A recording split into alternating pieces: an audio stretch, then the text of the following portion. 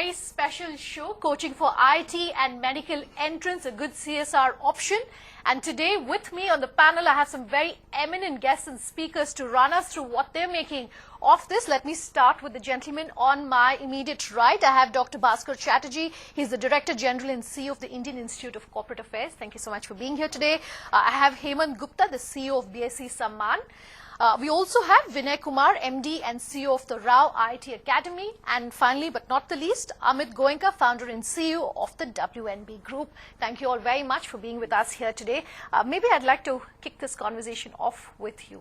Talk about what really we mean when we're talking about for-profit, not-for-profit, when it comes to educational companies and the role that CSR can possibly play. Rao IT Academy was initially started in a humble beginning in Kota. In 2008 when we started, we have grown in number of students. Today from 6 students in 2008, the group today has about 12,000 students in the classroom program. We are having 28,000 interestingly in the online module. What we realized 2 years back, that there were a lot of people want to educate their kids, but they are from underprivileged section. And that is where the costing of the coaching was becoming very difficult for them. So we decided to take up the initiative where we picked up about 10 students initially, whose entire coaching, schooling, everything was to be funded by Rao IT individually. This year, one student among them has cleared IIT JEE, the JEE advanced examination, Nitin Divakar from general category with 4,000 rank in JEE advanced. To name it, his father is the auto rickshaw driver, the family is from an underprivileged section, but I really salute their determination for excellence, and we were fortunate enough from our end to felicitate them. What I also believe is why CSR in medical and coaching entrances, IIT and medical coaching for the competitive examination is important. Sure. It is important because we are seeing that when we talk of education today, first of all, education is a primary medium on which CSR spendings are coming up. But that is a primary education what is taking place. I firmly believe that this kind of entrance coaching, where a candidate gets into the elite institutes of the country of IIT and medical, will bring a bigger transformation in the life of the individual, and that individual becomes formidable enough to go and take up a big leap in his career and bring a bigger change in the society. So you're making a very interesting point in terms of the spends that are going towards primary education right now. And Dr. Chatterjee, I want to bring you in at this point. There are statistics that prove that while a lot of money being spent by corporates on CSR is going perhaps towards education, there still seems to be a bit of a lag when it comes to higher education, particularly in competitive entrance exams. I want you to talk us through that. Yes, that's very true actually. When we look at the CSR scenario as a whole, approximately 55 to 60% of the entire CSR kitty goes into education, and then again a large part of it goes into primary and school education. What Rao's IIT Academy actually is talking about is a fairly new concept. It hasn't really been done before. It's innovative because it's an area that was not taken into account in the mainstream for a long time.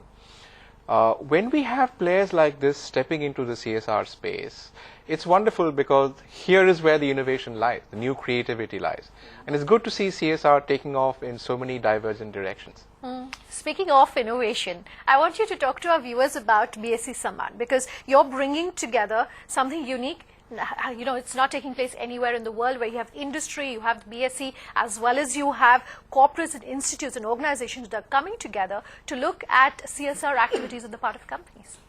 Sure. So, like you rightly mentioned, Sananda, the BSc Samman that was set up last year is a collaboration between CII and ISCA, and it has been set up with the purpose of having corporates access to verified NGOs across all causes and regions. Education, of course, being one of them. And we have so far 870 NGOs that are listed on Samman. I also want to point out aspect that when I spoke about in terms of coaching in the sphere of CSR, that is something that needs attention. Amit, Let me bring you in at this point into the conversation. There is the role that, we have academies that play. We have the role that, regulators, for example, like BSE plays, or organizations like the ICA play. But there's also the consultant who's involved in the field of higher education particularly. Talk to us about, is there a policy framework that exists right now, while the government is, of course, talking about, say, Skill in India, Make in India, Stand Up India? How is that really translating into what's being felt on the ground? See, education was being talked about since beginning for a long time. Skill India, Make in India, Startup India, Stand Up India, all these schemes which have come now. Schedule 7 of the Act, Companies Act, which mandates for certain activities under CSR, makes education as one of the activities which have to be catered to through CSR activities. Under education, coaching is one of the subsegments or aspects, not falling entirely under higher education. This particular coaching is generally against the ethos of so-called proper education, which the government cannot really patronize as much.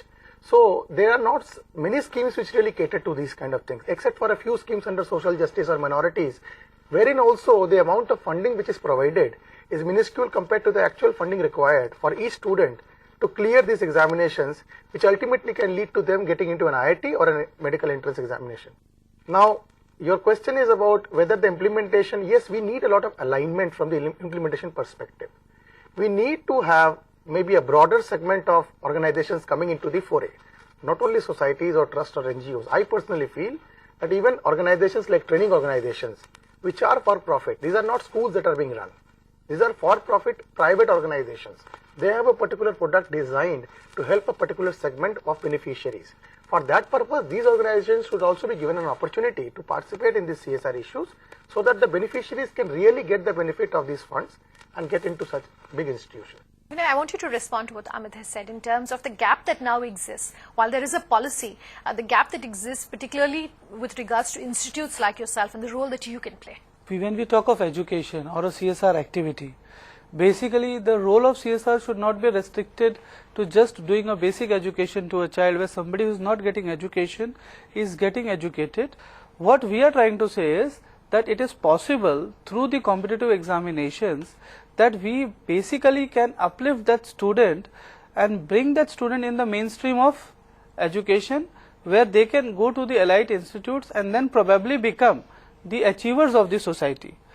And that is where we want to bring to the policy makers that you please trust organizations like us, and the lives of bigger part of the society can be changed. Okay. I just wanted to add to what Vinay said. You have vocational training that's covered under the Act. However, I think what we're referring to here is a paradigm shift. See, I'll just add to what Hemant said. There are schemes under the government, both state as well as central level, which provide for loan schemes. But there are no such funding schemes or grant schemes as such. Now, CSR thereafter, or in that case, would really fill that void. He has a point. Amit has a very valid point.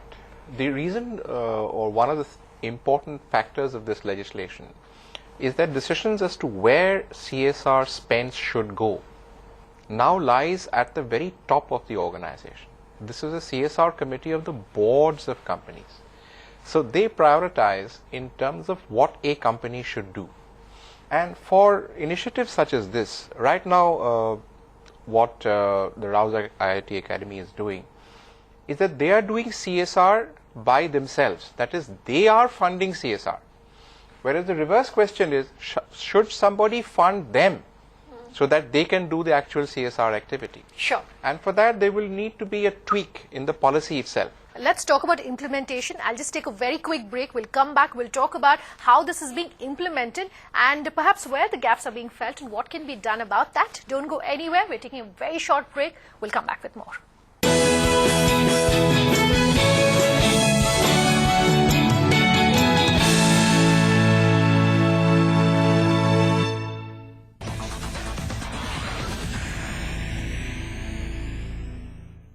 On Bollywood Weekend this week, it was a crazy dance-off that broke the internet, with Deepika cheering for both her men. The Dishum guys are on a promotional overkill, while Bollywood's standing united against piracy. The industry should come strongly against it. There should be non-bailable warrants. Put a proposal ahead, blocking of these torrents, arresting all these pirates. It's a wake-up call. Please take it very seriously. It's showbiz minus its makeup at these times only on Times Now. Presented by My Life, My Way. In association with Savsol, leader in 4T oils. Good afternoon, sir. आइए. हम में और आप में क्या फर्क है? बस इतना कि हम टेबल के इस तरफ बैठे हैं. सर, लाइए. मैं भर देती हूँ. प्लीज. क्लियर? इमरजेंसी हमारी जिंदगी में भी बिना बताए आती है. He'll be okay, ma'am. और सहारे के दो शब्दों की अहमियत हम भी समझते हैं. हम हैं RBL बैंक. इंडिया के फास्टेस्ट ग्रोइंग बैंक्स में से RBL बैंक, अपनों का bank.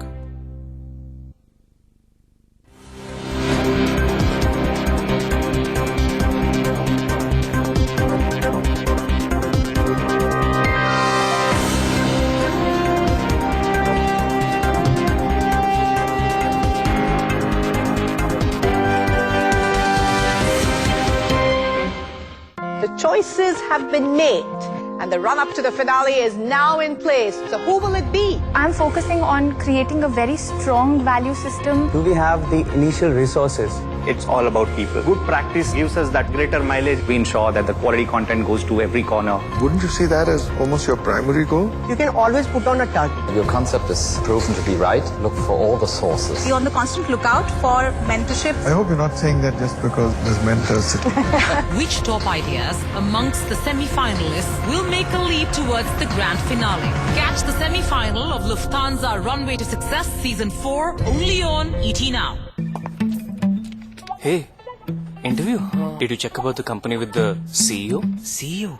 Why would you? Yeah, man. He's great. Gave me tips for my interview too. Arey, I just spent some time with the CEO and got a promotion.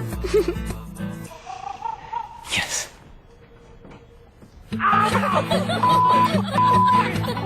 क्या यार? Why go to the wrong CEO when the right one's in your pocket? Times Jobs, your career enhancement officer, where you get exclusive company reviews, interview tips, salary benchmarking, and the largest number of jobs too. Times Jobs, India's most loved CEO. A record contingent for an Olympic Games. Who are the athletes who will be going for gold in Rio? And a brilliant goal and finish. There were 6 in London. What will Rio 2016 bring? Watch Contenders, India's Top 20, this weekend on Times Now.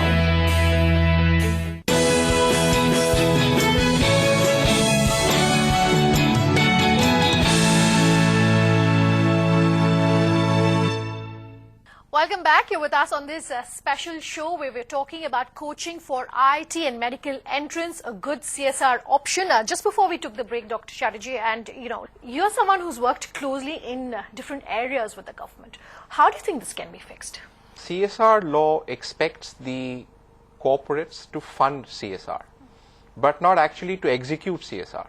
The execution is by trusts, societies, or by not-for-profit Section 8 companies. And therefore, there has to be a synergy between the corporate sector and the not-for-profit sector. And therein lies actually what you might call a trust deficit. If that is not bridged and bridged in time, then that would be a serious threat to the actual implementation. And that's why Saman as a platform comes in so importantly. There is a platform which is trying to bring the NGOs and the corporates together, bridge that trust deficit so that execution moves on. You raised a very good point. We have over 31 lakh NGOs in the country, but which is trying to bring the NGOs and the corporates together, bridge that trust deficit so that execution moves on. You raised a very good point. We have over 31 lakh NGOs in the country, but how many can the corporate India trust to make productive use of their funds? And one of the initiatives that BSc, ISC and CII have put together is Saman, which creates a list of verified NGOs, which allows corporates to invest in causes that they want to through avenues that they can trust. And as a part of that initiative, we have now listed 800, like I was mentioning earlier, about 870 NGOs. And I think it will be a critical factor in making corporate India more comfortable about doing their corporate CSR investments. But is it necessary, you think, in your opinion, for there to be some regulation of the companies which are involved in the area of CSR? See, the primary reason for that, of course, is the fact that the legislation is new. Sure. It's also puts CSR in a more structured form. There is now a shift to what you call strategic CSR as against the old concept of philanthropy. And therefore, it took a while for companies to get out of the old mold and shift to what is now a very different kind of ball game. So in the year 14-15, which was the first year of the legislation, we actually saw companies onboarding, if I may use that expression, to try and understand what is it that they now needed to do. And in the mix between this felicitation which comes in from Saman and the IICA together, and players such as these who are now innovating, CSR now you can see is developing its own momentum, coming up with new exciting developments. And the sphere is opening up a lot because corporates are bringing their strengths in innovation, in agility, in bang for the buck, in ensuring that there is what you might call impact on the ground rather than just one-off activity. One of the critical things that the corporate sector brings to the table in terms of CSR is innovation and technology. And just like Saman as an initiative which is utilizing technology to bridge the trust deficit, I think even in the education space, there is ample opportunity to use technology to make it scalable. What you can do in a classroom as opposed to what you can do through a mass media like YouTube. It's extremely critical in getting the maximum bang for the buck as far as CSR spending is concerned. And I think in that area, Rao has done incredible work. What we need to understand, first of all, like what a player like Rao IT wants to say is that we need to understand more that it is not a question of an NGO or not-for-profit organization. The question is of who is doing more valuable job. First thing we need to understand in a CSR option. And if that is been said well and done well by the organization, we need to acknowledge its efforts. Having said that, what is the problem, I would say, in education today? That coaching classes are a bad option. Why? Because we respect coaches in sports. Everybody is talking of coach in sport. Everybody is talking of Achrekar ji because he created Sachin Tendulkar. And we all are big fans of big football clubs where big coaches have great value. But when it comes to coaching classes, they are something which are looked down. No, they are not required. But we fail to understand, like I would like to quote, last year 2 of our students have got the chemistry international Olympiad gold medal. But there is no acknowledgement of it. But somebody gets a gold medal in sports, there is great acknowledgement of it. So we need to change the mindset with the changing time, and that is where I feel that we need to give value to the good work rather than the individuals. Like today everybody values Bill Gates, Melinda Foundation, but we fail to understand it was conceptualized only because of Microsoft doing a for-profit business. So somewhere we need to understand the cost. Technology. See, as Dr. Chatterjee just said, this is a new law. This is the implementation issues are an evolving process. It cannot be an overnight affair. It was meant to help companies benefit the society which was on the ground and maybe in the vicinity of those companies to be supported by CSR. But in that process, what happens is the poorer sections or the sections which needed this money more, they lose out a lot of times. This is so complex a situation. Now the MSME Act says that 20% of the PSU procurement has to be from MSMEs. I'm just trying to give a new angle to this. Now MSMEs have to supply 20% to the PSUs. For that they need skilled manpower. Skill development is under the agenda for CSR mandate. Now if these companies can skill the people in and around the plants and then they can get work into the MSMEs, these MSMEs will benefit from the CSR money. In turn these guys will come and work in these MSMEs and these MSMEs will provide the products to these PSUs. So this is a beautiful channel which can get created. What lessons we can probably pick up from global majors or developed markets that are having these innovations that we can see in the education? First of all, CSR is, this law is a first for a country probably. Dr. Chatterjee would be more first ever. And it is a mandate, not mandatory to spend. Even in case the company misses the spend, they have to report the underperformance in the director's report. That is what the law says. And if the question is that they say that they should not make profit out of that CSR, that can also be taken care of by the taxation laws. Sure. So there could be a global point. The thing about let's say the Melinda and Bill Gates Foundation. Now, what's happening there is that a very profitable company having humongous profits then creates a foundation, all right? And you have branches of those foundations in different parts of the globe. What does this foundation in India do? It again reaches out to other NGOs, because a foundation is a small entity with a few people. How do they actually implement CSR on the ground? They also need implementers. And when I last spoke to them, they were very happy with the Indian law, because now they were realizing there are so many NGOs who are now coming up or onto the plate and saying, and we're building our own capacities. We wanted this for a long time because the NGO sector now has enormous opportunities. Sure. They've never had it before. So there is a lot of robust skill development within the NGO sector to step up to this. Civil society is very important for implementation, but there have been very, very negative precedents over years, because of which there is a particular fear amongst the corporates to coordinate or maybe partner with these Section 8 companies, NGOs and all. Even if we have those 20 lakh or 30 lakh NGOs, how many of them are genuine? Now they would be filtering, but this filtering has been going on forever. Point is, how do you come to a set of proper NGOs who are expert in that particular field, who could be partnered by those corporates to finally implement those projects? Because even if Rao can provide the product, they cannot implement on the ground, because they don't have the manpower or the expertise or the local expertise to implement those things. Sure. There the NGOs are also very important.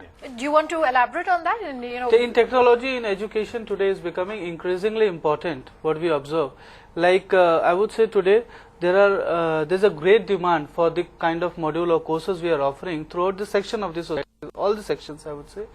So when we talk of so many student bases and so many aspiring students, the costing is becoming a very important aspect. With technology, as Hemant told, that we are able to bring down the cost per classroom substantially, and we are able to provide live classroom sessions. So individual sitting in remote part of the country, they are able to benefit tremendously, which we are already doing, and that's the reason we have got 28,000 people attached with our YouTube teaching module. So the way we foresee technology is going to help education, and it is going to bring down what we say the requirement of more number of teachers and reach more number of students. I'll just add to this very important point that came in my mind. We were talking to one of the state governments about the technology being used for implementing this particular thing in the state at district levels. The answer was that we are getting anyways all of these things free from a particular academy which is operating out of US. Point is, isn't this half-hearted? Has that academy produced any single IITian? No, but they have produced IITians. So why don't you try them, give them a chance? So this is important, to be very, very sure about whom you are giving a chance. For that we need a particular mechanism. Sure. Not half-hearted approach. Thank you, gentlemen, all of you, for being here with us today. We've run completely out of time, but thank you once again for coming down and speaking with us. And that wraps this special show, Coaching for IT and Medical Entrance, a Good CSR Option. Thank you so much for watching. I will say that the most important tool of the Rao IT Academy are their teachers. As you all know, the teachers of Rao IT Academy are big achievers. Most of them are IITians. So while teaching, they know what kind of doubt we will face, because they have already faced that kind of doubts.